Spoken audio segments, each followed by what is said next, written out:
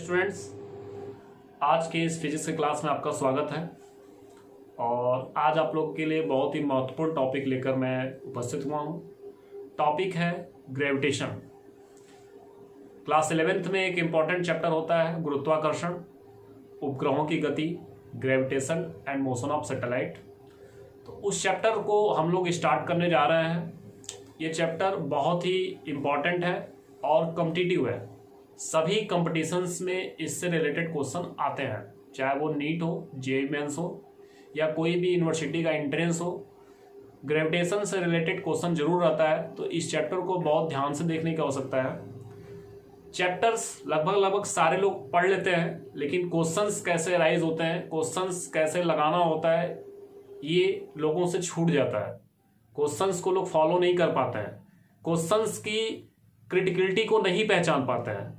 तो ऐसे क्वेश्चंस को हम लोग यहाँ पे आपको टारगेट करते हैं। सभी तरह के क्वेश्चंस मैं आपको बताने का प्रयास करता हूँ। तो इसी कड़ी में मैं आप लोग के लिए ग्रेविटेशन चैप्टर जो शुरुआत करने जा रहा हूँ। ग्रेविटेशन चैप्टर गुरुत्वाकर्षण बहुत ही सिंपल चैप्टर है। अब देखिए स्टार्ट करने जा रहे हैं। तो आज का जो हमारा टॉपिक है मैं स्टार्ट करता हूँ, ग्रेविटेशन से रिलेटेड है। ग्रेविटेशन हिंदी में इसको बोलते हैं गुरुत्वाकर्षण। फिर ये बहुत इंपॉर्टेंट टॉपिक है, गुरुत्वाकर्षण है। गुरुत्वाकर्षण को जरा ध्यान से अगर हम देखें तो गुरुत्व प्लस आकर्षण, ये देख रहे हैं आप, ये गुरुत्व प्लस आकर्षण की बात होगी। आकर्षण तो जानते हैं, एक तरह का आकर्षण, अट्रैक्शन, खिंचाव से मतलब होता है। समझने की बात यहाँ पे गुरुत्व को है, गुरुत्व में क्या प्रॉपर्टी, जरा उसको देखेंगे। तो बहुत ही सिंपल है। यूनिवर्स में कोई भी अगर ऑब्जेक्ट लेंगे तो एक प्रॉपर्टी आपको बताई गई, आप पढ़े भी हैं, चूंकि 11th क्लास में है तो आप इसके पहले का जो बेसिक इंट्रोडक्शन होता है वो जानते ही हैं कि सभी मासेस में, सभी जो पिंड है, सभी जो मास है, जो सभी द्रव्यमान है, ये अन्य जो बॉडीज है, अन्य जो ऑब्जेक्ट्स है, उनको अपनी ओर आकर्षित करते हैं। ठीक, कोई भी ऑब्जेक्ट दूसरे ऑब्जेक्ट को अपनी ओर आकर्षित करता है। तो किसी भी ऑब्जेक्ट में दूसरे ऑब्जेक्ट को जो आकर्षित करने की टेंडेंसी है, प्रवृत्ति है, जो गुण है, इसी को हम लोग नाम देते हैं गुरुत्व। और ये जो टेंडेंसी है वो अट्रैक्टिव नेचर का है, इसलिए इसको आकर्षण नाम से देते हैं। तो गुरुत्व का आकर्षण यानी कि गुरुत्वाकर्षण, बहुत ही क्लियर कट है। गुरुत्व का आकर्षण यानी कि गुरुत्वाकर्षण। गुरुत्व को एक बार फिर से समझ लीजिए कि अगर ये कोई ऑब्जेक्ट है, ये अगर कोई ऑब्जेक्ट है तो इसमें एक फिजिकल प्रॉपर्टी है कि ये दूसरे ऑब्जेक्ट को हमेशा अपनी ओर अट्रैक्ट करेगा, खींचेगा। ठीक, किसी भी ऑब्जेक्ट में अन्य ऑब्जेक्ट को जो आकर्षित करने की प्रवृत्ति होती है, जो गुण होती है, इसी गुण को हम लोग बोलते हैं गुरुत्व।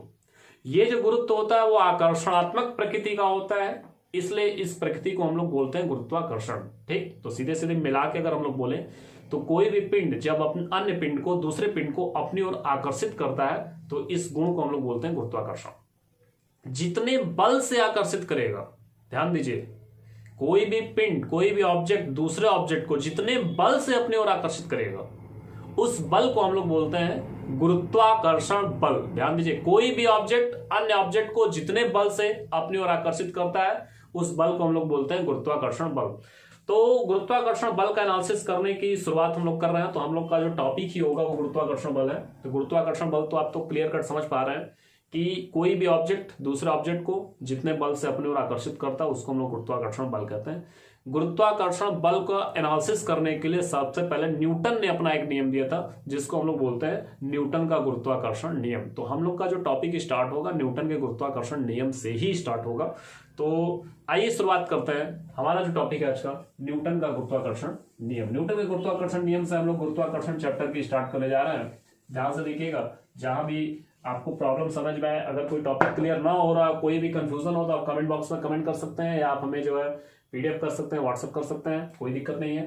तो आइए शुरू कर देते हैं। हेडिंग है हमारा न्यूटन का गुरुत्वाकर्षण नियम। गुरुत्वाकर्षण नियम, गुरुत्वाकर्षण नियम, न्यूटन्स लॉ ऑफ ग्रेविटेशन। ये मैं लिख रहा हूं, Newton's law of gravitation, Newton's law of gravitation.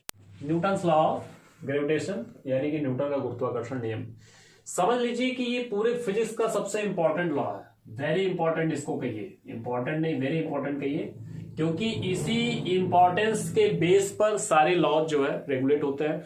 जैसे आप यहाँ पे न्यूटन का गुरुत्वाकर्षण नियम पढ़ रहे हैं, उसी तरह से इसी के बेस पे इसी को कंपेयर करते हुए आगे चल के इलेक्ट्रोस्टैटिक्स में आपको जो है कूलॉम्स लॉ ऑफ इलेक्ट्रोस्टैटिक्स पढ़ना है, कूलॉम का नियम पढ़ना है।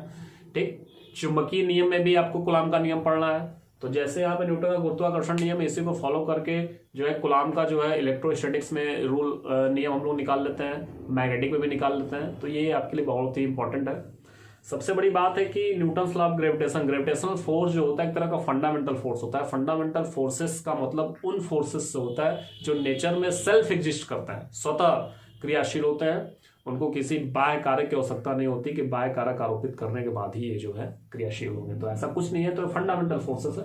फंडामेंटल फोर्सेस हमारे 2-4 ही होते हैं जिनको हम लोग डिस्कस करेंगे बाद में, तो कोई दिक्कत नहीं। देख लेते हैं न्यूटन्स लॉ ऑफ गुरुत्वाकर्षण, न्यूटन्स लॉ ऑफ ग्रेविटेशन कि न्यूटन्स लॉ ऑफ ग्रेविटेशन में क्या है। न्यूटन ने सबसे पहले तो ये बताया कि जब पहले तो दो पिंड के बीच जो है बल लगता है, एक पिंड दूसरे पिंड को अपनी ओर आकर्षित करेगा, कितने बल से आकर्षित करेगा, यही जो है बेस है न्यूटन्स लॉ ऑफ ग्रेविटेशन। देखिए आइए देखते हैं। यहाँ पे 2 मासेस रखे हुए हैं, 2 ये बॉडीज हैं जिनके मास है m1 और m2 है, और इनके बीच की जो डिस्टेंस है वो हम लोग r मान लेते हैं। क्या मान लेते हैं? r मान लेते हैं। तो Newton's law of gravitation, Newton का गुरुत्वाकर्षण नियम, न्यूटन के गुरुत्वाकर्षण नियम से आप किन्हीं भी 2 ऑब्जेक्ट, किन्हीं भी 2 द्रव्यमान सिस्टम, मास सिस्टम्स के बीच लगने वाले ग्रेविटेशनल फोर्स को कैलकुलेट कर सकते हैं। कैसे कैलकुलेट करेंगे? ठीक, according to Newton's law, Newton ने ये कहा कि अगर किन्हीं 2 पिंड आपस में कुछ दूरी पर सेपरेट है, कुछ दूरी पर व्यवस्थित है, तो इनके बीच जो लगने वाला गुरुत्वाकर्षण बल होगा, ये दोनों पिंडों के द्रव्यमानों के गुणनफल के समानुपाती होता है। एक्चुअली न्यूटन्स का जो लॉ का जो बेस था, केपलर के नियम से उन्होंने हेल्प से प्रूफ किया था कि जो फोर्स लगता है वो F प्रोपोर्शनल m होता है और F प्रोपोर्शनल 1/r² होता है। इसको हम लोग आगे अभी और डिस्कस करेंगे कि F प्रोपोर्शनल m होगा और F प्रोपोर्शनल 1/r² होगा। तो न्यूटन्स लॉ ऑफ ग्रेविटेशन में पहला तो बेस ये है कि जो गुरुत्वाकर्षण बल लगता है वो द्रव्यमान के समानुपाती होता है। ठीक, मास के प्रोपोर्शनल होता है, इसके भी समानुपाती होगा, इसके भी समानुपाती होगा, यानी कि F proportional m1 F proportional m2। तो अगर F प्रोपोर्शनल m1 है, F प्रोपोर्शनल m2 है, तो अगर दोनों को कंबाइन करें तो F प्रोपोर्शनल m1 m2 तो आपको मिलना ही मिलना है। ठीक, तो इसको हम लोग डायरेक्ट कहते हैं कि न्यूटन लॉ ऑफ ग्रेविटेशन, गुरुत्वाकर्षण नियम के अनुसार किन्हीं भी 2 पिंडों के बीच जो लगने वाला गुरुत्वाकर्षण बल होता है वो दोनों द्रव्यमानों के गुणनफल के समानुपाती होता है। इसके पीछे का लॉजिक है कि किन्हीं भी 2 पिंडों के बीच जो लगने वाला गुरुत्वाकर्षण बल होगा दोनों के द्रव्यमान के समानुपाती होगा। इसके मास पे भी डिपेंड करेगा, इसके मास पे भी डिपेंड करेगा, यानी इसके भी मास के प्रोपोर्शनल है, इसके भी मास के प्रोपोर्शनल, तो कंबाइन करेंगे तो F प्रोपोर्शनल m1 m2 आएगा। यानी कि इसको डायरेक्ट कह देते हैं कि दोनों द्रव्यमानों के गुणनफल के क्या है, समानुपाती है। ठीक, तो किन्हीं भी 2 पिंडों के बीच लगने वाला जो गुरुत्वाकर्षण बल होगा दोनों पिंडों के द्रव्यमानों के गुणनफल के समानुपाती होगा, और इनके बीच की दूरी के वर्ग के जो है ये क्या होगा, व्युत्क्रमानुपाती होगा। ठीक, तो पहले इसको ये लिख लेते हैं हम लोग कि किन्हीं भी न्यूटन्स का गुरुत्वाकर्षण नियम किन्हीं 2 पिंडों के बीच, किन्हीं 2 पिंडों के बीच, किन्हीं 2 पिंडों के बीच लगने वाला गुरुत्वाकर्षण बल, लगने वाला जो गुरुत्वाकर्षण बल होगा, गुरुत्वाकर्षण बल जो होगा, गुरुत्वाकर्षण बल पिंडों के द्रव्यमानों के गुणनफल के समानुपाती होगा, समानुपाती, और उनके बीच की दूरी, उनके बीच की दूरी के वर्ग के व्युत्क्रमानुपाती होता है, व्युत्क्रमानुपाती होता है। ठीक, तो ये बेसिक सा थ्योरेटिकल पार्ट कि किन्हीं 2 पिंडों के बीच लगने वाला गुरुत्वाकर्षण बल पिंडों के द्रव्यमानों के गुणनफल के समानुपाती और उनके बीच की दूरी के वर्ग के व्युत्क्रमानुपाती होता है। गुणनफल के समानुपाती के पीछे का लॉजिक ये है कि किन्हीं भी 2 पिंडों के बीच जो गुरुत्वाकर्षण बल होता है वो उनके द्रव्यमान पे डिपेंड करता है, मास पे डिपेंड करता है। तो F प्रोपोर्शनल m1 इसके भी समानुपाती है और इसके भी द्रव्यमान के समानुपाती है। ठीक। तो जब दोनों को कंबाइन करेंगे तो प्रोपोर्शनल m1 m2 मिलेगा, यानी कि जो है गुणनफल के समानुपाती होगा। तो इसी को हम लोग डायरेक्ट यहाँ पे लिख दे रहे हैं कि दोनों पिंडों के बीच जो लगने वाला गुरुत्वाकर्षण बल होगा इनके द्रव्यमानों के गुणनफल के क्या होगा, समानुपाती होगा, और उनके बीच की दूरी के वर्ग के व्युत्क्रमानुपाती होता है। ठीक। तो ये इसका जो है वैल्यूएशन हो गया कि तो अब देखिए यदि m1 व m2 द्रव्यमान एक दूसरे से r दूरी पर हो, एक दूसरे से r दूरी पर हो, तब लगने वाला गुरुत्वाकर्षण बल क्या होगा?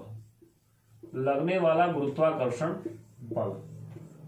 गुरुत्वाकर्षण बल की बात करेंगे तो F प्रोपोर्शनल m1 m2 और F प्रोपोर्शनल 1 में r square, F proportional m1 m2 और F प्रोपोर्शनल 1 r स्क्वायर। इसलिए यहां तक कर सकते हैं आप F proportional m1 m2 upon में r स्क्वायर। ठीक। दोनों को कंबाइन किया तो F proportional m1 m2 upon में r स्क्वायर आ गया। प्रोपोर्शनलिटी का चिन्ह हटाएंगे, साइन हटाएंगे तो एक कांस्टेंट लगता है, इस कांस्टेंट को हम लोग यहाँ पे लगाने जा रहे हैं। तो यहाँ पे ये जो कांस्टेंट लगेगा ये कैपिटल G होता है m1 m2 अपान में कितना हो जाएगा r square, F equal to G m1 m2 upon में r स्क्वायर।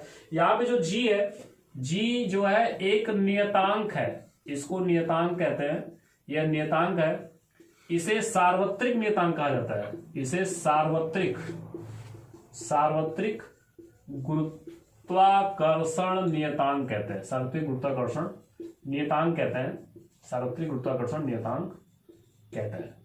सार्वत्रिक गुरुत्वाकर्षण नियतांक कहने का तात्पर्य यह है कि इसकी जो वैल्यू है ये फिजिकल सिचुएशन, मीडियम, भौतिक अवस्था, माध्यम और स्थान पे निर्भर नहीं करता। भौतिक अवस्था, माध्यम और स्थान पे निर्भर नहीं करता। हर स्थान पर, हर माध्यम में, हर परिस्थिति में इसकी वैल्यू सेम होती है, इसलिए इसको सार्वत्रिक नियतांक कहते हैं। ये ध्यान जरूर दीजिएगा कि सार्वत्रिक नियतांक ग्रेविटेशनल कांस्टेंट को यूनिवर्सल ग्रेविटेशनल कांस्टेंट कहते हैं, इसलिए कहते हैं क्योंकि इसकी जो वैल्यू है ये स्थान, माध्यम और भौतिक अवस्था पर निर्भर नहीं करती। ये ब्रह्मांड के हर बिंदु पर इसका जो मान होगा वो कैपिटल G 6.67 गुणे 10⁻11 ही होगा। ठीक, उससे भिन्न नहीं होगा। जी एक नियतांक है, इसे सार्वत्रिक गुरुत्वाकर्षण नियतांक कहते हैं क्योंकि इसकी वैल्यू कहीं पे चेंज नहीं होती। हमने आपको ओरली बता दिया, इसको चाहे तो आप लिख भी सकते हैं कि कैपिटल G नियतांक को सार्वत्रिक गुरुत्वाकर्षण नियतांक कहते हैं क्योंकि इसका मान हर स्थान पर, हर भौतिक अवस्था में, हर माध्यम में अपरिवर्तित रहता है, इसलिए इसको सार्वत्रिक गुरुत्वाकर्षण नियतांक कहते हैं। एक्चुअली बोर्ड पे जो मैं लिख रहा हूं उसके साथ साथ मैं आपको थ्योरेटिकल पार्ट बता भी रहा हूं। उस थ्योरेटिकल पार्ट को भी आप अगर नोट करेंगे तो आपको एक बढ़िया नोट्स मिल सकता है। मैंने ये जो चैनल स्टार्ट किया है, ये जो थीम बनाया हुआ है, ये इसीलिए बनाया ही है कि यूपी बोर्ड के बच्चों को सारा मटेरियल मिल सके। ठीक है, बड़े बड़े कोचिंग क्लासेस में पॉइंट वाइज वो अपना शेड्यूल निकाल के बांट देते हैं, ठीक है, वो मिल जाता है, लेकिन उसको जो है लोग ध्यान नहीं देते हैं। लेकिन आपको नोट करना पड़ेगा, मैं सारी चीजें डिटेल आपको यहाँ बताऊंगा। ठीक, वो आपके ऊपर डिपेंड करता है कि आप कितना ओरली उसको जो है नोट कर सकते हो। तो एक एक पॉइंट पे अगर आपका ध्यान है तो आपको कोई दिक्कत होने वाला नहीं है। और ये जान लीजिए कि जितना भी फैक्टर्स आपको बताए जाएंगे अगर उसको फॉलो करते हैं, किसी न्यूमेरिकल में आपको प्रॉब्लम होने वाली नहीं है। ठीक है, अगर कोई प्रॉब्लम होती है तो आप सीधे सीधे कमेंट बॉक्स में आप कमेंट करिए। ठीक है, तो मैं इसको जो देख रहा हूं। तो जी एक सार्वत्रिक गुरुत्वाकर्षण नियतांक हो गया, इसके बारे में आपको पता चल गया। तो कैपिटल जी की जो वैल्यू होती है, capital G equal to 6.67 into 10 के पावर -11। वैल्यू यूनिट की बात करेंगे, विमा की बात करेंगे, मात्रा की बात करेंगे तो आर स्क्वायर हो जाएगा तो न्यूटन मीटर स्क्वायर पर केजी स्क्वायर। तो ये इसका मात्रक हो गया न्यूटन मीटर स्क्वायर पर केजी स्क्वायर। ये इसकी जो है वैल्यू हो गई। ठीक, डायमेंशन की बात करेंगे, जी की डायमेंशन की अगर बात करेंगे तो न्यूटन है तो MLT-2 होगा, मीटर है तो L के पावर 2 होगा, केजी का एक पावर स्क्वायर है तो M के पावर 2 होगा। एक M कैंसिल करेंगे, M बचेगा, ऊपर जाएगा तो -1 हो जाएगा। M-1 L के पावर 3 और T के पावर -2। ये इसका डायमेंशन हो गया, ये इसकी वैल्यू हो गई, ये इसका यूनिट हो गया, ये इसका डायमेंशन हो गया। तो हमें जो फोर्स मिल रहा है F equal to G M1 M2 upon में R स्क्वायर है, यानी F की वैल्यू जो है 6.67 इंटू 10 के पावर -11 M1 M2 अपान में R square. This is the force between two masses separated by a distance R. यह दो द्रव्यमान पिंडों के बीच लगने वाले गुरुत्वाकर्षण बल का मान है जो एक दूसरे से आर दूरी पर स्थित है। कैपिटल जी की वैल्यू जो है बहुत कम होती है, 6.67 इंटू 10 के पावर -11 पावर। ये आपको प्रदर्शित करता है कि हल्के द्रव्यमानों के बीच लगने वाला गुरुत्वाकर्षण बल प्रभावी नहीं होगा। हल्के द्रव्यमान, सपोज दैट कंडीशन अगर लें आप यदि m1 बराबर m2 बराबर 1 kg ले लें और r की वैल्यू 1 मीटर ले लें तो F बराबर आपको मिलेगा 6.67 इंटू 10 के पावर -11 इंटू 1 इंटू 1/1 का स्क्वायर। तो सबको सॉल्व करने के बाद आपको मिलता है 6.67 इंटू 10 के पावर -11 न्यूटन। आप ये देख रहे हैं एक एक केजी का मास 1 मीटर के डिस्टेंस पे है, तो इनके बीच जो फोर्स लग रहा है वो 6.67 इंटू 10 के पावर -11 पावर बहुत ही नेग्लिजिबल होता है। 10 के पावर -1 लेंगे 1/10 0.1, पावर -2 करेंगे 0.01, पावर -3 करेंगे 0.001 ये आप नेग्लेक्ट कर देते हो। 0.0001 को तो नेग्लेक्ट कर ही देते हैं कैलकुलेशन में, वो लेते ही नहीं है। लेकिन यहाँ पे 10 के पावर -11 है, 10 के पावर -11 का मतलब ये टोटली नेग्लिजिबल है, ठीक। और जो अच्छा क्वेश्चन उठता है कि जो सिंपल मासेस हैं, जो हम लोग हैं, जो डेली यूज के जो मासेस हैं, इनके बीच ग्रेविटेशनल फोर्स क्यों नहीं वैलिडेट होता है, क्यों नहीं जो है इफेक्ट होता है। तो उसका रीजन यही है कि this is the gravitational constant 10 के पावर -11 जो this value is very less, इसकी जो वैल्यू बहुत कम है।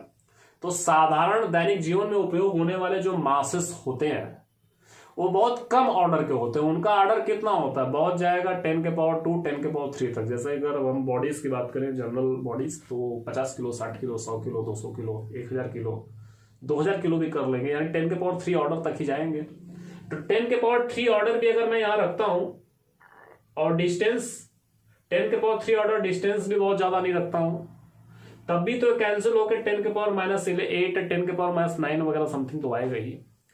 तो दैनिक जीवन में उपयोग होने वाले जो द्रव्यमान होते हैं और जो दूरियां होती हैं वो एक तरह से बड़े बड़े सेलेस्टियल बॉडी जो खगोलीय पिंड है उनकी तुलना में उपेक्षणीय होता है। जो दैनिक जीवन में प्रयोग होने वाले जो द्रव्यमान होते हैं वो खगोलीय पिंडों के द्रव्यमानों और दूरियों की तुलना में उपेक्षणीय होते हैं।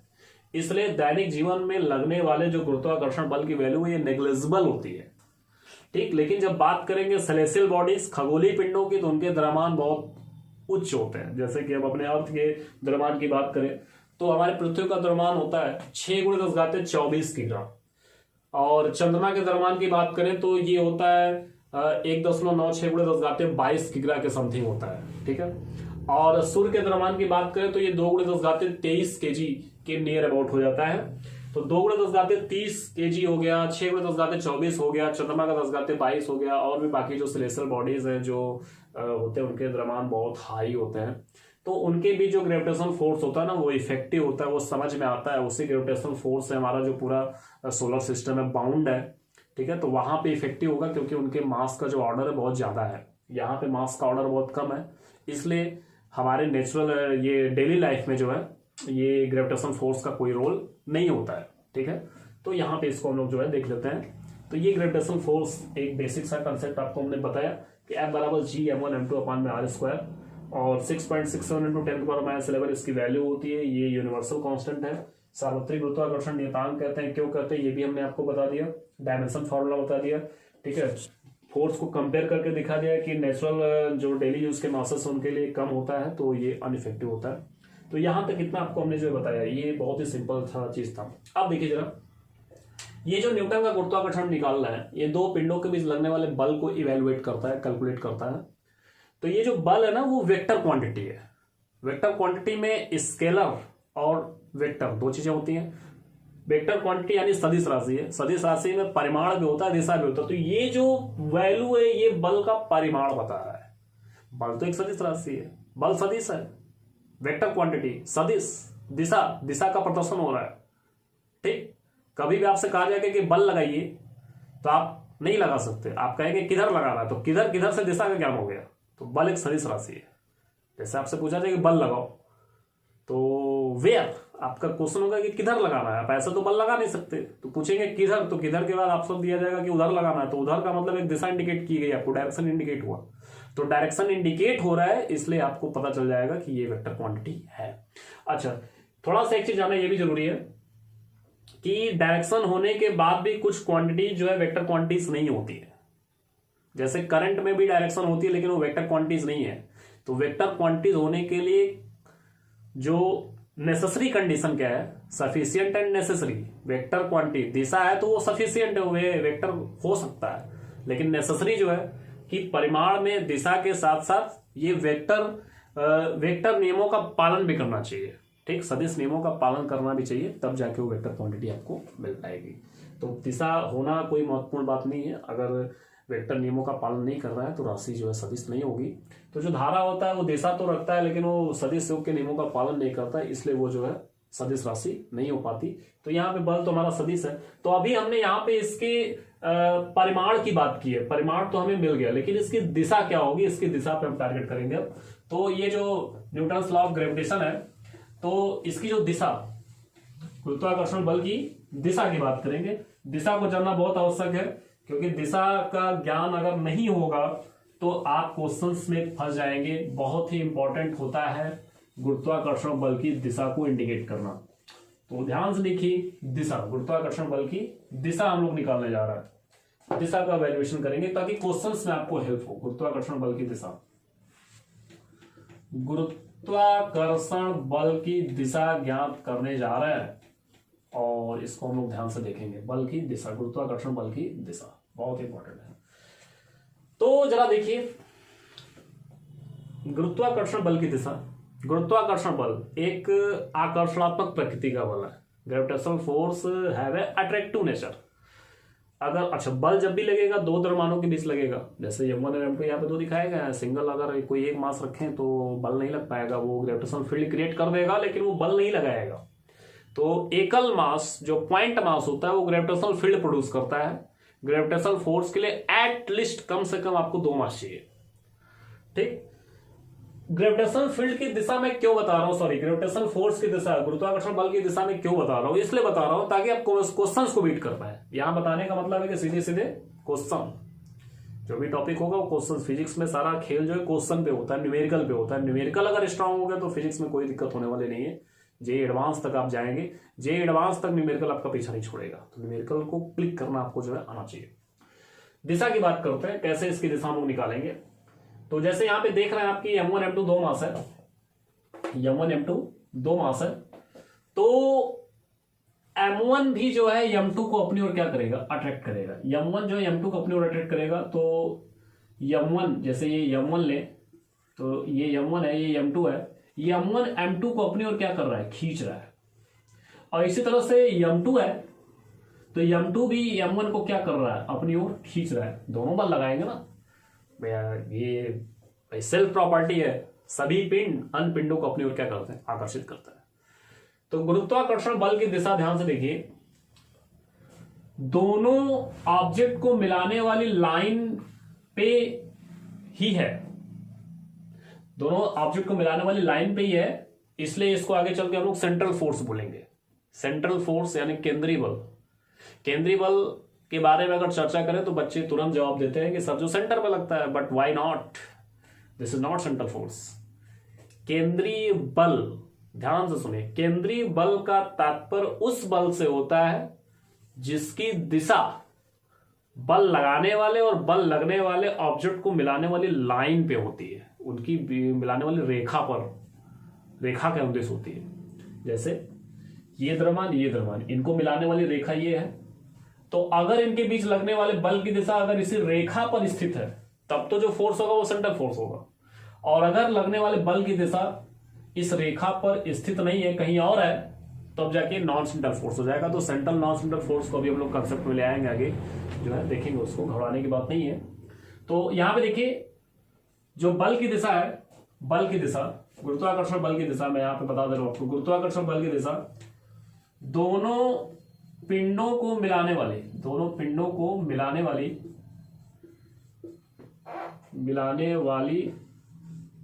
रेखा के अनुदिश, रेखा के अनुदिश यानी कि अलॉन्ग रेखा के अनुदिश, और हमेशा इनवर्ड होगा। ये देख रहे हैं, ये इनवर्ड, क्योंकि आकर्षित कर रहा है। अगर ये प्रतिकर्षित कर रहा होता, जैसे आवेश की अगर बात करें तो ये एक दूसरे को प्रतिकर्षित करते, तो ये आवेश इसको इधर प्रतिकर्षित कर रहा है यानी इधर की ओर बल लगा रहा है, और ये आवेश इसको इधर की ओर प्रतिकर्षित कर रहा है यानी इधर की ओर बल लगा रहा है, तो ये बाहर की ओर हो गए। तो अगर इसके कारण ये अंदर की ओर आ रहे हैं, अंदर आने की प्रवृत्ति रखते हैं, तो बल की दिशा जो होगी रेखा का अनुदिश अंदर की ओर होगा। तो गुरुत्वाकर्षण बल की जो दिशा होगी वो दोनों पिंडों को मिलाने वाली रेखा के अनुदिश किधर की ओर, अंदर की ओर, अंदर की ओर होती है, अंदर की ओर होती है, अंदर की ओर होती है। ठीक, ये सबसे इंपॉर्टेंट लाइन है। गुरुत्वाकर्षण बल की दिशा दोनों पिंडों को मिलाने वाली रेखा के अनुदिश अंदर की ओर होती है, inward direction, along the line and inward direction. प्रतिकर्षण बल अगर होता, कभी भी आकर्षण बल अगर आप निकालेंगे, कभी भी आकर्षण बल अगर आप निकालेंगे, तो आकर्षण बल चाहे वो आवेशों के बीच लगने वाला आकर्षण बल हो, चाहे चुंबकीय ध्रुवों के बीच लगने वाला आकर्षण बल हो, चाहे गुरुत्वाकर्षण बल हो, दोनों आवेशों को, जैसे गुरुत्वाकर्षण बल तो आकर्षणात्मक प्रकृति का, दोनों पिंडों को मिलाने वाली रेखा का अनुदिश अंदर की ओर, प्रतिकर्षण बल होता तो बाहर की ओर। तो आवेश में आकर्षण प्रतिकर्षण दोनों होता है। तो जब आवेश की बीच लगने वाले बल की बात करते हैं तो आकर्षण बल होगा, तो मिलाने वाली रेखा का अनुदिश अंदर की ओर, और समान आवेश होगा तो प्रतिकर्षण बल लगेगा, तो मिलाने वाली रेखा के अनुदिश बाहर की ओर। तो हमें यहाँ ग्रेविटेशनल फोर्स के बारे में और चर्चा करनी है। तो गुरुत्वाकर्षण बल की जो दिशा होती है दोनों पिंडों को मिलाने वाली रेखा के अनुदिश अंदर की ओर होती है। इसका यूज कैसे करेंगे आप ध्यान से देखिएगा, बहुत इंपॉर्टेंट है। जब क्वेश्चन आप लगाने जाते हैं तो फंस जाते हैं, मैं उसी चीज को यहाँ पे मेंशन कर रहा हूँ। जैसे मान लीजिए कभी कभी क्वेश्चन देता है कि ये किसी वर्ग के चारों शीर्ष पर 4 द्रव्यमान है, और किसी एक द्रव्यमान पर पूछ देता है कि ये बल, जैसे M1, M2, M3 और M4 की बात करते हैं, तो M3 पर कितना जो है फोर्स लगेगा, या M2 पे कितना लगेगा, या M4 पे कितना लगेगा, या M1 पे कितना लगेगा। तो आप एक एग्जांपल मैं आपको दिखा रहा हूं, एक एग्जांपल से आप समझ जाएंगे कि ये जो दिशा है, डायरेक्शन है, इसका रोल क्या है क्वेश्चंस में। अगर मान लीजिए हमें M3 पे फोर्स निकालना है, M3 पर बल निकालना है, तो M3 पर बल निकालना है यानी M3 पर कितना लगेगा। तो M3 पर कितना बल लगेगा, तो क्वेश्चन पर अगर आपसे पूछे M3 पर कितना बल लगेगा, तो इसका मतलब M1, M2, M4 मिलकर M3 पर बल क्या कर रहा है, लगा रहा है। तो देखिए M2 M3 पर बल लगा रहा है, खींच रहा है, तो M2 M3 को खींचेगा तो बल की दिशा का मेंशन करना बहुत जरूरी होता है। M2 M3 को खींच रहा है यानी M2 द्वारा M3 पर लगेगा बल की दिशा इधर है, ये इधर हो गया, ये F1 हो गया। इसी तरह M4 भी M3 को खींच रहा है, इसकी दिशा इधर हो गई। M1 भी M3 को खींच रहा है, इसकी दिशा क्या हो गई, इधर हो गई ये। तो अगर मैं इसको F1 मानू, इसको F2 मानू और इसको F3 मानू, तीनों बल अलग अलग दिशा में हो गए, तो इस पर जो परिणामी बल लगेगा F बराबर F1 plus F2 plus F3। क्या ये ऐसे लिखा गया है? कभी भी ऐसा नहीं जोड़ना होता है, जोड़ना तो है लेकिन ऐसा नहीं जोड़ना। बल सदिश राशि है, सदिश राशियों का योग सदिश नियमों के अंतर्गत होगा। सदिश राशियों का जो योग होता है वो सदिश नियमों के अंतर्गत होता है। सदिश नियमों के अंतर्गत कहने का क्या मतलब है कि अगर F1, F2, F3 3 बल लगे हुए हैं तो इनका वेक्टर सम करिए। क्या करिए? वेक्टर सम करिए। वेक्टर सम करने का नियम क्या है कि F1 और F2 दो का जो है वेक्टर सम निकाल लीजिए। जैसे F1 और F2 की बात करेंगे तो दोनों परपेंडिकुलर है, तो इनका कुछ आएगा, तो इनका जो रिजल्टेंट आएगा उसकी भी दिशा कुछ आएगी। अब उस रिजल्टेंट और ये जो बचा हुआ है इन दोनों के बीच जो है वेक्टर सम करिए। ठीक, तो ऐसे दिशा का मेंशन करना होता। इसी तरह से मान लीजिए M2 पर अगर बल निकालना होता, तो M2 पर बल निकालना होता तो M2 को M3 खींच रहा है तो बल की दिशा इधर की ओर हो जाती, M2 को M1 खींच रहा है बल की दिशा इधर हो जाती, M2 को M4 खींच रहा है बल की दिशा इधर हो जाती। तो आप देख रहे हैं डायरेक्शन चेंज हो जा रहा है। डायरेक्शन का बहुत बड़ा रोल होता है रिजल्टिंग फोर्स निकालने में। तो हमेशा लेकिन आपको यही चीज ध्यान में रखना है कि गुरुत्वाकर्षण बल की दिशा दोनों पिंडों को मिलाने वाली रेखा के अनुदिश अंदर की ओर होती है। मैं इसका क्वेश्चन आपको बताऊंगा। ठीक, इस तरह के क्वेश्चंस को समझने के लिए आप लगातार हमसे जुड़े रहिए। जुड़े रहेंगे तो कभी भी कोई क्वेश्चन आपका नहीं फंस सकता, ये गारंटी है। ठीक, आप प्रश्न लगाइए, आप खुद ब खुद लगाएंगे। नहीं आता है आप कमेंट में डाल दीजिए या जो भी कर दिए, किसी भी तरीके से आप क्वेश्चन को भेजकर उसका जो है एक्सप्लेनेशन आप ले सकते हैं। और इस चैनल के माध्यम से आपको मैं बताना चाहता हूं कि अगर कोई भी क्वेश्चन किसी का फंस रहा हो तो हमें वो भेज सकता है, उसका डिटेल एक्सप्लेनेशन मैं बनाकर इसके चैनल पे आपको जो डालूंगा, जिसको भी आपको जो है बेनिफिट हो जाएगा। ठीक है, तो गुरुत्वाकर्षण बल की दिशा दोनों पिंडों को मिलाने वाली रेखा के अंदिश अंदर की ओर होती है। तो न्यूटन के गुरुत्वाकर्षण नियम के दो पार्ट है, एक पार्ट में आपको बल का परिमाण पता चलेगा और एक पार्ट में आपको बल की दिशा पता चलेगी। तो बल का परिमाण तो इतना हो गया, F बराबर G m1 m2 अपान में r स्क्वायर, और दूसरा पार्ट हो गया बल की दिशा यानी कि दोनों पिंडों को मिलाने वाली रेखा का अंदिश हमेशा अंदर की ओर होती है, क्योंकि ये जो बल है वो आकर्षणात्मक प्रकृति का है। ठीक है, तो ये बहुत ही इंपॉर्टेंट कंसेप्ट आपको दिया गया। तो ये हमारा था न्यूटन का गुरुत्वाकर्षण नियम। ये जो बल लग रहा है वो गुरुत्वाकर्षण बल लग रहा है, ये जो बल लग रहा है वो गुरुत्वाकर्षण बल लग रहा है। गुरुत्वाकर्षण बल नेचर का एक सबसे इंपॉर्टेंट बल होता है। हालांकि अभी बल को कंपेरिजन करेंगे हम लोग कि न्यूटन का जो ये बल है, ये नाभिकीय बल है, ये चुंबकीय बल है, ये वैद्युत बल है, इसमें कौन क्षीण है कौन कमजोर है, अभी मैं इसको एनालिसिस करूंगा।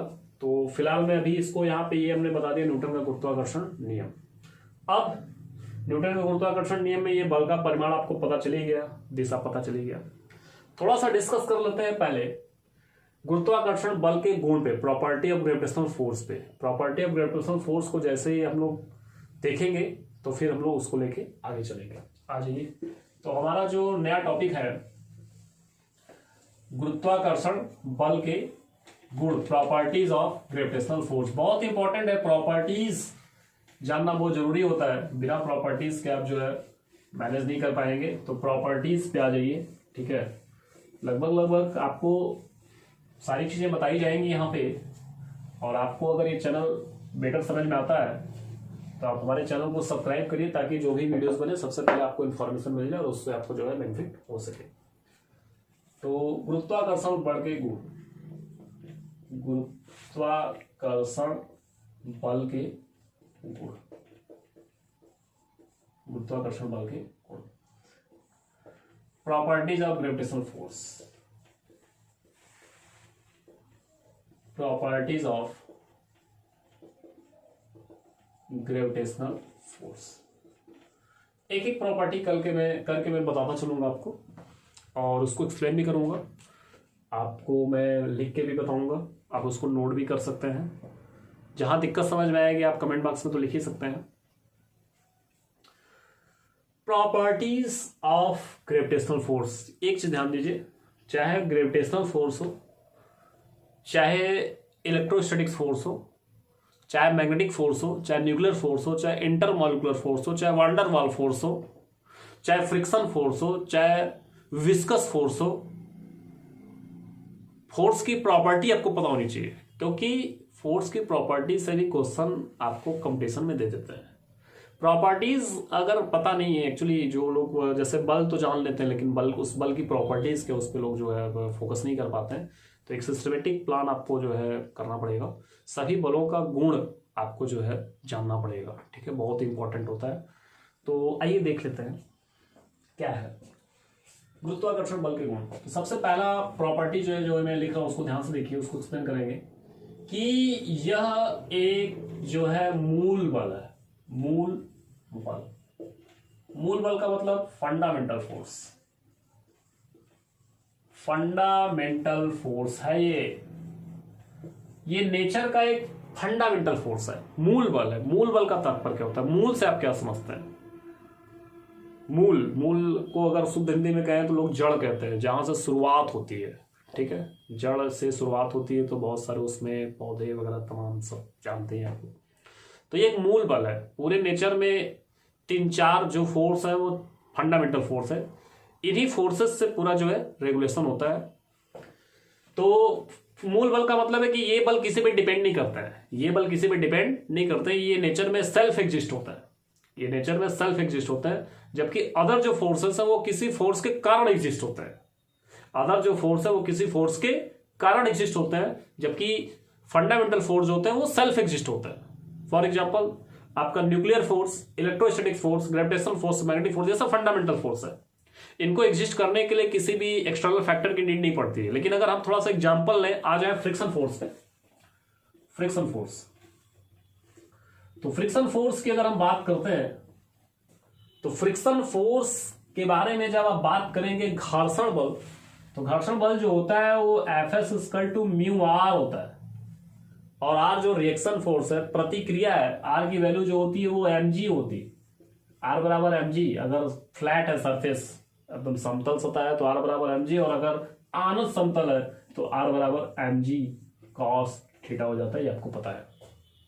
तो यहां पे अगर म्यू आर की अगर हम बात करेंगे तो म्यू mg या Fs बराबर म्यू mg cos थीटा तो आना ही आना है। तो आप देख सकते हैं कि ये जो F है ना वो G पे डिपेंड कर रहा है, ये जो F है ना वो G पे डिपेंड कर रहा है। G यानी कि ग्रेविटेशनल एक्सेलरेशन, गुरुत्वीय त्वरण। गुरुत्वीय त्वरण उत्पन्न होने का कारण सिर्फ और सिर्फ क्या है? गुरुत्वाकर्षण बल। तो ये जो घर्षण बल है वो गुरुत्वाकर्षण बल के कारण है, न कि गुरुत्वाकर्षण बल घर्षण बल के कारण है। घर्षण बल जो है वो गुरुत्वाकर्षण बल के कारण है, न कि गुरुत्वाकर्षण बल घर्षण बल के कारण है। तो ये एक फंडामेंटल फोर्स हो गया, ये सॉरी गुरुत्वाकर्षण बल एक फंडामेंटल फोर्स। आप देख रहे हैं कि जो घर्षण बल है जी पे डिपेंड कर रहा है। अगर किसी ऐसे जगह पे जाएं जहां जी की वैल्यू नेग्लिजिबल हो जाए, जीरो हो जाए, तो वहां घर्षण बल नहीं लगेगा, समाप्त हो गया। ठीक, वहां घर्षण बल क्या हो गया? समाप्त हो गया। यानी कि घर्षण बल की उपस्थिति गुरुत्वाकर्षण बल पे निर्भर करती है। उसी प्रकार जैसे पढ़े होंगे मूल राशियां व्युत्पन्न राशियां, व्युत्पन्न राशियां मूल राशियों पर निर्भर होती है, आश्रित होती है, मूल मात्रक पे आश्रित होकर व्युत्पन्न मात्रक निकलते हैं। तो ऐसे सभी बल जो मूल बलों से प्राप्त होते हैं व्युत्पन्न बल कहलाएंगे। तो ये जो घर्षण बल एक तरह का जो है डिराइव्ड फोर्स है, लेकिन जो ग्रेविटेशनल फोर्स है वो क्या है? फंडामेंटल फोर्स है, इसको डिराइव नहीं कह सकते, ये सेल्फ एग्जिस्टेंट नेचर है। तो एक मूल बल है। इसी तरह से ग्रेविटेशनल फोर्स से आपको फ्रिक्शन फोर्स मिल जाएगा। इसी तरह से आप विस्कस फोर्स अगर निकालें, विस्कस वेलोसिटी अगर निकालें और टर्मिनल वेलोसिटी अगर निकालें तो जी वगैरह पे डिपेंड करती है। टर्मिनल वेलोसिटी जो है विस्कस फोर्स से रिलेटेड है, तो वो भी एक तरह से आप जो है देख सकते हैं। तो बहुत से ऐसे एग्जाम्पल्स आपको ढूंढने पड़ेंगे कि कौन सा फोर्स किस पर डिपेंड कर रहा है। अगर ऐसे आप एनालिसिस कर पाते हैं तो आपको बेटा की फिजिक्स में आपको अच्छा करने को मिलेगा। तो ये एक मूल बल है, ये आपको हमने एक्सप्लेन करते हैं। दूसरे पे आइए। एक्चुअली यह एक प्रकार का क्षीण बल है, यह एक प्रकार का क्षीण बल है, वीक फोर्स है, ये वीक फोर्स है, ये वीक फोर्स है, कमजोर बल है। हालांकि उपग्रहों और ग्रहों के बीच तो ये फोर्स डोमिनेंट होता है, इसी फोर्स से पूरा रेगुलेट हो रहा है आपका सोलर सिस्टम। लेकिन अगर आपको ध्यान से देखना पड़े तो आप कह सकते हैं कि ये एक प्रकार का क्षीण बल है, कमजोर बल है।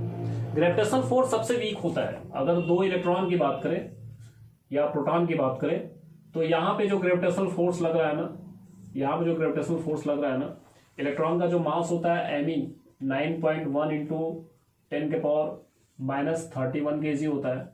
और डिस्टेंस अगर हम लोग कुछ मान लें, डिस्टेंस अगर हम लोग कुछ मान लें तो मान लीजिए सपोज डिस्टेंस अगर r है और यहाँ पे जो मास ऑफ प्रोटॉन होता है वो 1.67 इंटू 10 के पावर -27 kg होता है। तो प्रोटॉन का मास जो होता है इलेक्ट्रॉन के मास से थोड़ा ज्यादा 1840 टाइम्स ज्यादा होता है, 1840 में ज्यादा होता है। लेकिन ये कैसे पता कर रहे हैं कि ये क्षीण बल है, क्यों कह रहे हैं कि ये कमजोर बल है? तो इसके लिए आपके पास एक कंसेप्ट है कि दो इलेक्ट्रॉन लीजिए, r डिस्टेंस से सेपरेटेड है और इनके बीच का ग्रेविटेशनल फोर्स निकालिए। ग्रेविटेशनल फोर्स निकालेंगे तो Fq बराबर आएगा ke q1 q2 बाई में r स्क्वायर के ई, जो यहाँ पे ग्रेविटेशनल कॉन्स्ट जैसे यहाँ पे, और ये अगर ग्रेविटेशनल फोर्स निकालेंगे एफ जी तो capital G M E into M E upon में आर स्क्वायर हो जाएगा। यहाँ Q1 की जगह पे चार्ज ऑफ इलेक्ट्रॉन रखिए, Q2 की जगह पे चार्ज ऑफ इलेक्ट्रॉन रखिए, तो ये हो जाएगा के E into E square by में आर स्क्वायर, जबकि यहाँ पे होगा जी इंटू एम ई का स्क्वायर बाई में कितना? R square. अब यहाँ पे दोनों को कंपेयर करेंगे एफ क्यू अपान में एफ जी, तो ये आर स्क्वायर कैंसिल होगा, के ए इंटू ई स्क्वायर अपान में जी एम ई का स्क्वायर। के ई यहाँ पे जो इलेक्ट्रिक कांस्टेंट होता है ये 9 इंटू 10 के पावर 9 होता है, तो 9 इंटू 10 के पावर 9 की बात कर लेंगे। यहाँ पे ई इलेक्ट्रॉन का चार्ज है तो 1.6 इंटू 10 के पावर -19 होता है, इसका स्क्वायर कर लेंगे।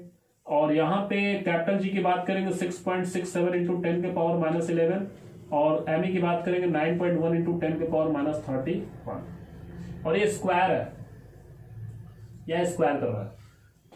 तो जब इसको मैं स्क्वायर करूंगा तो एफ क्यू अपान में एफ जी की जो वैल्यू है वेरी वेरी यहाँ पे आप देख रहे हैं 10 के पावर 9, 19 का स्क्वायर करेंगे 38 आएगा, यहाँ 11 है, यहाँ 31 का स्क्वायर करेंगे 62 आएगा, -62 और -11 -73 हो जाएगा। -73 ऊपर जाएगा तो 10 के पावर 70 से 73 और 9 जो होगा वो 82 हो जाएगा। 82 प्लस पावर में आएगा और 38 माइनस में आएगा, यानी कि जो पावर होगा 10 के पावर 36 37 के नियर अबाउट आता है। तो 10 के पावर 36 37 जो कि बहुत बहुत ग्रेटर देन है 1 से, तो आप देख सकते हैं कि F Q very very very greater than F G, gravitational force. ये एक तरह से कैलकुलेटेड क्राइटेरिया है जो आपको बताया हमने कि ये एक प्रकार का क्षीण बल है। और ध्यान दीजिए वैद्युत बल से तो ये कमजोर है ही, और जब बात न्यूक्लियर फोर्स की आती है तो ये वैद्युत बल से भी 100 गुना ज्यादा होता है, 100 times larger than electric force. Which force? Nuclear force. Nuclear force is 100 times larger than electrostatic force. तो नाभिकीय बल वैद्युत बल से 100 गुना ज्यादा है, और वैद्युत बल ऑलरेडी गुरुत्वाकर्षण बल से 10 घाते 36, 10 घाते 37, 10 घाते 47 तक ये वेरी करता है अलग अलग चार्जेस के बीच। ठीक, तो कहने का मतलब क्या हुआ कि ग्रेविटेशनल फोर्स एक वीक फोर्स है। कभी भी आपको अगर कंपैरिजन करने को आ जाए nuclear force, F Q electrostatic force और एफ जी ग्रेविटेशनल फोर्स, तो एफ जी सबसे कम होगा, उससे बड़ा आपका इलेक्ट्रोस्टैटिक्स होगा, और सबसे बड़ा आपका क्या होगा? Nuclear force. Nuclear force is the largest force in the universe. सबसे प्रबल बल जो होता है वो न्यूक्लियर फोर्स होता है, और जो सबसे कमजोर बल होता है, क्षीण बल होता है, वो आपका ग्रेविटेशनल फोर्स होता है। So very very important this is the line कि यह एक प्रकार का क्षीण बल है, ये वीक फोर्स है, ये सबसे कमजोर बल होता है। ठीक, छोटे छोटे कणों के लिए सबसे कमजोर है। जब न्यूक्लियर फोर्स छोटे छोटे कणों में सबसे ज्यादा होता है, तो अगर हमें पूरे ये जो प्लैनेट्स अगर उसको हम न्यूक्लियर माने तो उसके फोर्स की तो बात ही खत्म हो जाएगी। This is not comparable in human times. ठीक है, तो ये एक प्रकार का क्षीण बल है। न्यूक्लियर फोर्स सबसे प्रबल होता है, इलेक्ट्रोस्टैटिक फोर्स न्यूक्लियर फोर्स से 100 गुना कम होता है, और ग्रेविटेशनल फोर्स जो होता है वो सबसे कम होता है। एक कंप्लीट डाटा मैं टाइप्स ऑफ फोर्स में जब आगे मेरा वीडियो आएगा उसको आप जरूर देखिएगा, तो इसको कंपेयर कर सकते हैं। तो ये एक प्रकार का वीक फोर्स है। चाहे तो आप इसको नोट भी कर सकते हैं साइड में, तो ये आपको एक आइडिया देगा कि कैलकुलेशन कैसे करना है। तो ये सारे कैलकुलेशंस पे डिपेंड होता है। फिजिक्स में जितने भी आपको पार्ट देंगे वो सब कैलकुलेशंस बेस्ड होंगे, तो इसको आप जो है ध्यान देंगे। तो आइए नेक्स्ट फोर्स पे, नेक्स्ट टॉपिक पे तीसरी की बात करते हैं। यह एक केंद्रीय बल है, यह एक केंद्रीय बल है। केंद्रीय बल, केंद्रीय बल का मतलब हो गया central force. Central force actually exam में आपको दे देते हैं ढेर सारे बल, और आपको चूज करना होता है, पूछता है कि इसमें से कौन सा केंद्रीय बल नहीं है या कौन सा केंद्रीय बल है। ये जो टॉपिक्स हैं, ये जो पॉइंट आ रहा है ना, ये आपको ऑब्जेक्टिव क्वेश्चन देंगे, तो इसको आप जो है निकाल सकते हैं। केंद्रीय बल, सेंट्रल फोर्स और नॉन सेंट्रल फोर्स, दो तरह के फोर्स होते हैं। तो अभी अभी हमने थोड़ा सा पहले आपको हिंट दिया था कि कौन सेंट्रल फोर्स होगा और कौन नॉन सेंट्रल होगा। फोर्स लगे, फोर्स एग्जिस्ट करे, तो फोर्स अगर अस्तित्व में है या फोर्स लग रहा है, फोर्स अस्तित्व में है, फोर्स एग्जिस्ट कर रहा है, तो वहां पे एटलीस्ट 2 बॉडीज होंगी। एक वह जो फोर्स लगाता है और एक वह जिसपे फोर्स लगता है। ठीक, तो फोर्स एक ऐसा आपको फैक्टर है ना जो दो ऑब्जेक्ट के बीच जो है एग्जिस्ट करता है। सिंगल ऑब्जेक्ट के बीच फोर्स एग्जिस्ट नहीं करता है, सिंगल ऑब्जेक्ट के बीच फोर्स एग्जिस्ट नहीं करता है। एकल द्रव्यमान निकाय होगा तो फोर्स नहीं लगाएगा, वो ग्रेविटेशनल फील्ड क्रिएट कर देगा, गुरुत्वीय क्षेत्र तैयार कर देगा। सिंगल चार्ज होगा तो वो इलेक्ट्रिक फील्ड जनरेट कर देगा। ठीक है, सिंगल मोनोपोल तो होता ही नहीं है। ठीक है, मैग्नेटिक में जाएंगे तो सिंगल पोल तो होता ही नहीं है। तो फोर्स लगने के लिए कम से कम 2 द्रव्यमान आपको चाहिए।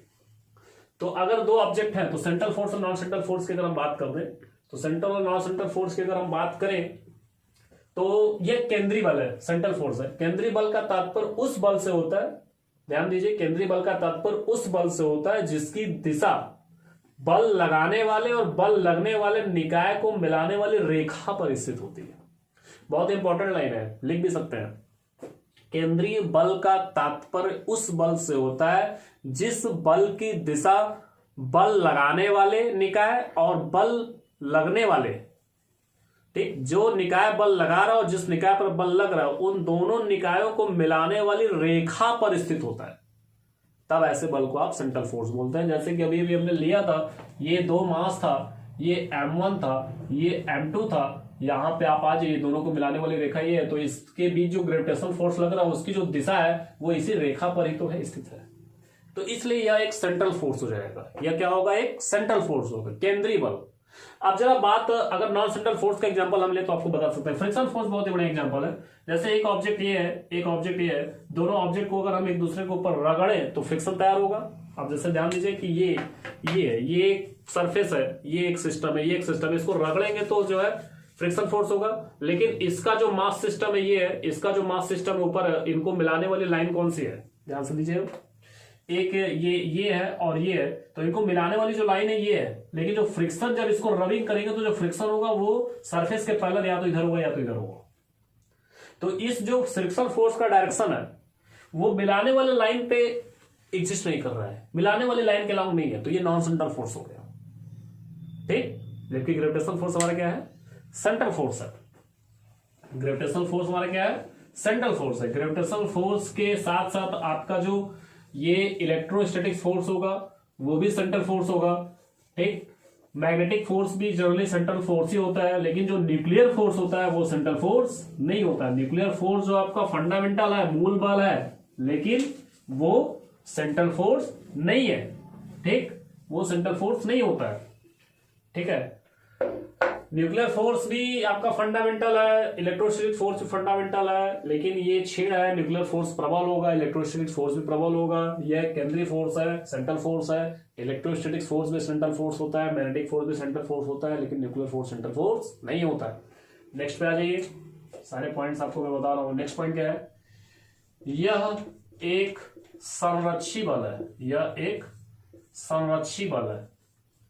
संरक्षी बल का मतलब क्या होता है, कंजर्वेटिव फोर्स। कंजर्वेटिव फोर्स की बात करने जा रहे हैं, कंजर्वेटिव, नॉन कंजर्वेटिव, दो तरह के बल होते हैं जो आपको जानना पड़ेगा, कंजर्वेटिव एंड नॉन कंजर्वेटिव।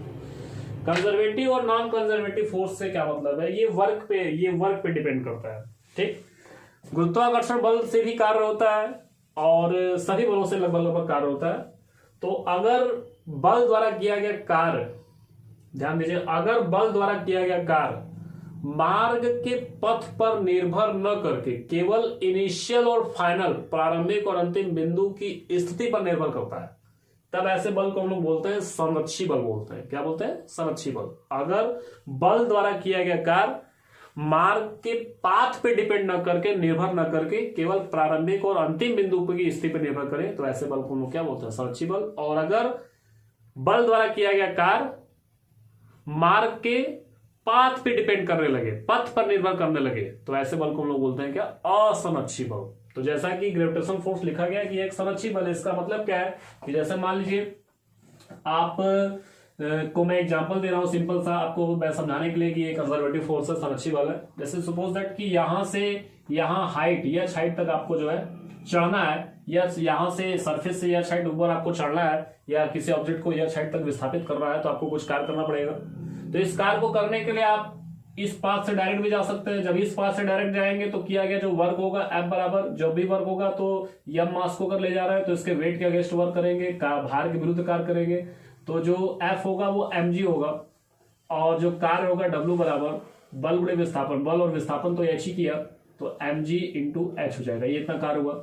अगर यहीं पे आपको ले जाना हो, आप पाथ ऐसे चूज करें, सीढ़ी द्वारा पाथ चूज करें, तो इसकी हाइट h1, इसकी हाइट h2, इसकी हाइट h3, इसकी हाइट कितनी h4 एंड सो ऑन। तो यहां से यहां तक कार्य हो जाओ mg h1, यहां से यहां तक कार्य होगा नहीं, क्योंकि यहां से यहां ले जाने में गुरुत्व के विरुद्ध कार्य नहीं करना पड़ेगा, क्योंकि गुरुत्व के विरुद्ध करने के लिए गुरुत्वाकर्षण बल के विरुद्ध, भार के विरुद्ध चोए लगाना पड़ेगा। यहाँ पे जाएंगे तो फिर mg h2 होगा, फिर यहाँ पे यहाँ से ये होगा नहीं, फिर यहाँ से यहाँ जाएंगे तो mg h3 होगा, फिर यहाँ से यहाँ होगा नहीं, mg h4 होगा। किया गया कुल कार्य निकालेंगे तो mg कॉमन करके h1 plus h2 plus h3 plus h4 करेंगे, तो ये टोटल ऐड करेंगे तो यही हाइट मिलने वाली है, mgh हो गया। तो चाहे डायरेक्ट यहां से यहां ले जाए, चाहे ऐसे पाथ पे ले जाए, वर्क डन दोनों का सेम हुआ। एक कंसेप्ट और है कि इसी हाइट पे ले जाना और इसको हम ऐसे इस पाथ पे ले जाना, एंगल थीटा है। तो जब एंगल थीटा होगा, मास ले जाना है, ये हाइट h है, ठीक। तो यहाँ पे ऑब्जेक्ट होगा तो इसका ये वेट नीचे काम करेगा, ये आप जानते हो कि mg cos थीटा हो जाता है, और ये रिएक्शन हो जाता है, इधर वाला जो कंपोनेंट होता है वो mg sin थीटा होता है, और ये इधर तो मान जाता ही है।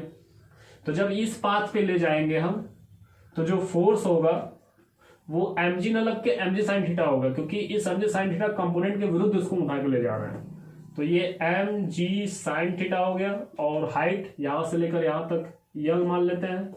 तो अगर आप ध्यान दें तो mg l, ये mg into L sine theta, और एल साइन थीटा को अगर ध्यान से देखें साइन थीटा अगर निकालें हम, तो साइन थीटा बराबर हाइट परपेंडिकुलर अपान में हाइपोटेनियस l, तो एल साइन थीटा जो होगा वो h के बराबर होगा।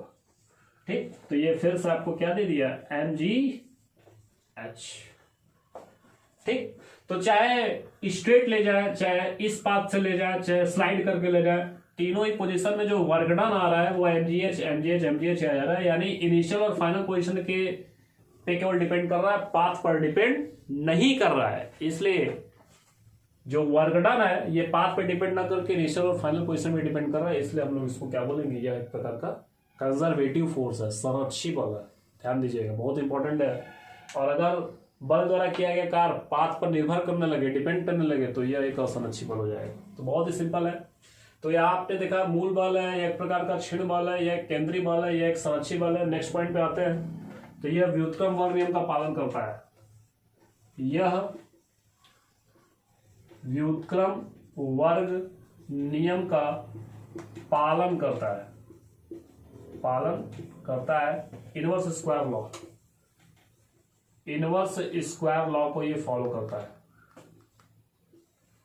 इनवर्स स्क्वायर लॉ यानी F प्रोपोर्शन 1/r²।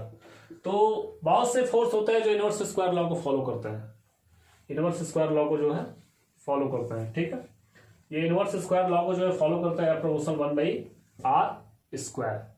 ठीक ना, क्योंकि ये प्रोपोर्शन 1/r² तो ये है, तो इनवर्स स्क्वायर लॉ को फॉलो करता है। ये तो सिंपल सा क्राइटेरिया आप जानते ही हैं। नेक्स्ट पॉइंट पे आइए। यह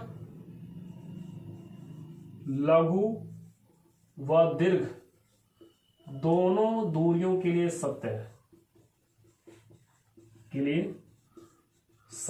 बहुत ही इंपॉर्टेंट कंसेप्ट है, इंपॉर्टेंट इसको कर सकते हैं। यह लघु व दीर्घ दूरियों के लिए, दोनों दूरियों के लिए सत्य है। यानी कि short range and long range force, अंग्रेजी में अगर देखें तो ये शॉर्ट रेंज फोर्स और लॉन्ग रेंज फोर्स दोनों दूरियों के लिए वैलिड है। ठीक, शॉर्ट रेंज फोर्स का मतलब कम दूरियों के लिए भी ये लागू होता है, और दीर्घ मतलब बड़ी बड़ी दूरियों के लिए भी ये क्या होता है, लागू होता है। बड़ी बड़ी दूरियों में जैसे सूर्य हो गए, पृथ्वी हो गए, चंद्रमा हो गए, तो ये दूरियां बड़ी बड़ी है, तो इनके लिए तो ये लागू है, ये तो आप जानते ही हैं। शॉर्ट रेंज की अगर बात करें तो हम लेते हैं छोटा सा नाभिक का जो रेंज होता है ना वो फर्मी ऑर्डर का होता है। ठीक, फर्मी ऑर्डर यानी कि फेम्टोमीटर 10⁻⁻15 मीटर। तो एक नाभिक में ध्यान से देखिए, एक नाभिक में न्यूट्रॉन रहते हैं, न्यूट्रॉन प्रोटॉन भी रहते हैं, प्रोटॉन भी रहते हैं। तो नाभिक का जो रेंज है वो 10⁻⁻15 मीटर है। छोटे से परास में ये रहते हैं, लेकिन इनके बीच भी गुरुत्वाकर्षण बल लगता है, ग्रेविटेशन फोर्स लगता है। तो शॉर्ट रेंज का फोर्स हो गया। और जो बड़े बड़े प्लैनेट्स हैं, सन है, सैटेलाइट्स हैं, स्टार्स हैं, उनके बीच भी ग्रेविटेशनल फोर्स लगता है। तो ये शॉर्ट रेंज फोर्स और लॉन्ग रेंज फोर्स दोनों के लिए वैलिड होता है। कुछ फोर्सेस होते हैं वो शॉर्ट रेंज फोर्स होते हैं, जैसे कि न्यूक्लियर फोर्स केवल नाभिक में ही लग सकता है, नाभिक के बाहर अगर तो जो न्यूक्लियर फोर्स की एग्जिस्टमेंट नहीं होती है। तो न्यूक्लियर फोर्स जो होता है वो केवल शॉर्ट रेंज फोर्स है। इंटरमॉलिक्यूलर फोर्स जो है केवल वो शॉर्ट रेंज फोर्स है। लेकिन जब बात करेंगे ग्रेविटेशनल फोर्स की तो ये एक लॉन्ग रेंज फोर्स है।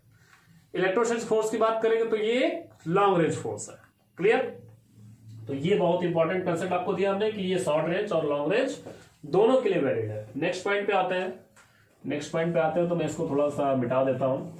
ठीक है, आपको वीडियो निश्चित रूप से आपको जो है अच्छा लग रहा होगा, तो जरूर से आप इसको जो है देखिए, और अगर आपको बेटर लगता है तो आप इसको जो है शेयर भी करिएगा, जो आपके साथ में है, जिनको कि इसकी आवश्यकता पड़ सकती है, तो आप उनको बता सकते हैं। नेक्स्ट पॉइंट पे आ जाते हैं। नेक्स्ट पॉइंट पे आइए, बहुत इंपॉर्टेंट कंसेप्ट मैं आपको दे रहा हूं, ऐसे ऐसे पॉइंट्स मैं आपको निकाल निकाल के दूंगा जो कि आप जो है आपके लिए यूजफुल है। तो निश्चित रूप से आप इसको अगर पढ़ रहे हो, ठीक, और ये ग्रेविटेशनल फोर्स हो गया, फोर्स एक ऐसा टॉपिक है जो आपको इंटरमीडिएट से लेके बीएससी लेवल तक या आगे तक के लिए भी काम करता है और इसके साथ साथ कंपटीशन में तो ये आपको हेल्प करता ही है। नेक्स्ट पॉइंट पे आइए, नेक्स्ट पॉइंट की बात करेंगे तो यह एक जो है असंतृप्त बल है, यह एक असंतृप्त बल है, अनसैचुरेटेड फोर्स, यह एक अनसैचुरेटेड फोर्स। बात करते हैं संतृप्त और असंतृप्त बल की, संतृप्त और असंतृप्त बल की बात करते हैं तो यह एक असंतृप्त है। तो कैसे पता चलेगा कि ये संतृप्त और असंतृप्त क्या है, सैचुरेटेड और अनसैचुरेटेड फोर्स क्या होता है? तो सैचुरेटेड फोर्स और अनसैचुरेटेड फोर्स को समझने के लिए थोड़ा सा हम लोग जो है एक्सप्लेनेशन करते हैं। जैसे कि आप लोग केमिस्ट्री वगैरह में एक नाम पढ़े होंगे, संतृप्त विलयन और असंतृप्त विलयन। संतृप्त विलयन में क्या होता है, जैसे ये थोड़ा सा एक विलायक लिया और इसमें विलय को घोलना चालू किया, तो विलय घुलता चला जाता है, घुलता चला जाता है, ठीक, घुलते घुलते एक अवस्था ऐसी आती है कि अब जो विलय होता है अब नहीं घुलता है। एक विलायक लिया और उसमें विलय घोल रहा है, जैसे पानी लिया और चीनी घुलते चलेगा, तो कुछ समय तक तो चीनी घुलता चला जाता है, लेकिन अगर लगातार इसको अगर हम घोल रहे हैं तो एक सिचुएशन ऐसी आ जाती है कि अब चीनी जो है नहीं घुलता है।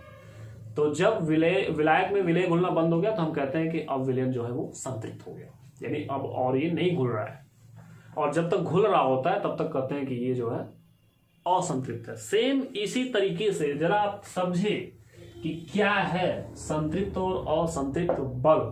तो आइए देखते हैं, जैसे एक मास है तो इसमें प्रॉपर्टी क्या है, वहां तो विलय में तो घुलता है लेकिन यहाँ कुछ घुल नहीं रहा है, यहाँ ये फोर्स लगाएंगे, ये एक मास है, ये एम मास का एक ऑब्जेक्ट है, तो इनमें एक प्रॉपर्टी कि ये फोर्स लगा सकता है। कौन सा फोर्स लगा सकता है, तो पता चलेगा ग्रेविटेशनल फोर्स लगा सकता है।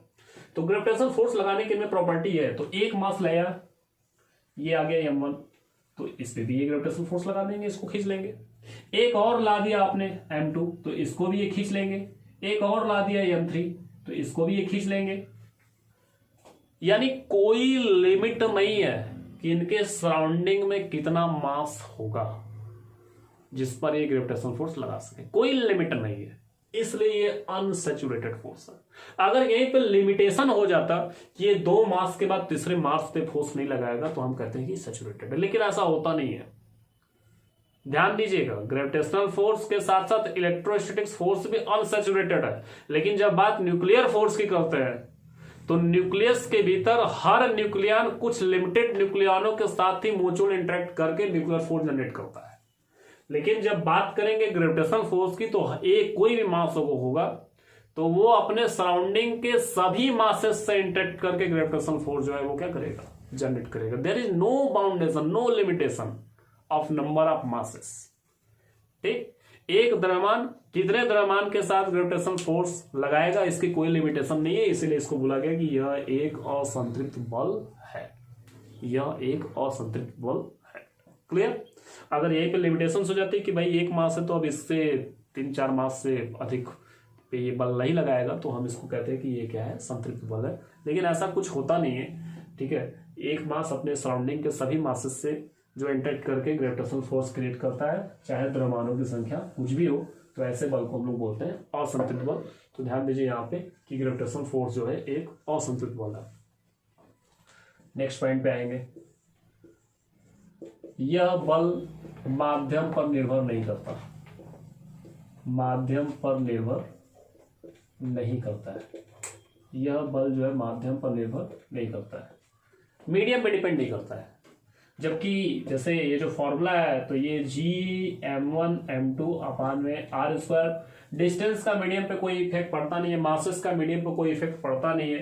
कैपिटल G की बात अगर हम लोग करते हैं तो कैपिटल G की अगर हम लोग बात करें तो ये ग्रेविटेशनल कांस्टेंट है, तो इनके बीच भी जो है इसकी वैल्यू भी जो मीडियम पे इफेक्टेड नहीं होती है, तो ये इसका जो मान है वो माध्यम पे निर्भर नहीं करता। तो ग्रेविटेशनल फोर्स भी जो है, ग्रेविटेशनल फोर्स माध्यम पे डिपेंड नहीं करता। हालांकि थोड़ा सा डिपेंड हो जाता है, हालांकि थोड़ा सा दिक्कत क्या आती है कि जैसे मान लीजिए कुछ कैलकुलेट करते हैं हम लोग, जैसे मान लीजिए पानी में ले लेते हैं, कुछ लोग क्वेश्चन स्क्रैच करते हैं कि सर पानी में तो वेट हल्का हो जाता है, तो पानी में वेट हल्का हो जाता है, लेकिन जब हम उसके बीच ग्रेविटेशनल फोर्स की बात करेंगे तो ग्रेविटेशनल फोर्स कैलकुलेट करते समय हम उसका एक्चुअल मास ही रखते हैं। जो पानी में वेट कम होता है, वर्चुअल मास होता है, वो फ्लूइड का एनालिसिस है, लेकिन जब ग्रेविटेशनल एनालिसिस करेंगे तो उसका जो एक्चुअल मास होगा हम लोग वही रखेंगे। ठीक है, तो ये हम लोग इसको निकाल देते हैं। तो यह बल माध्यम पर निर्भर नहीं करता है। ठीक है, नेक्स्ट पॉइंट पे आते हैं।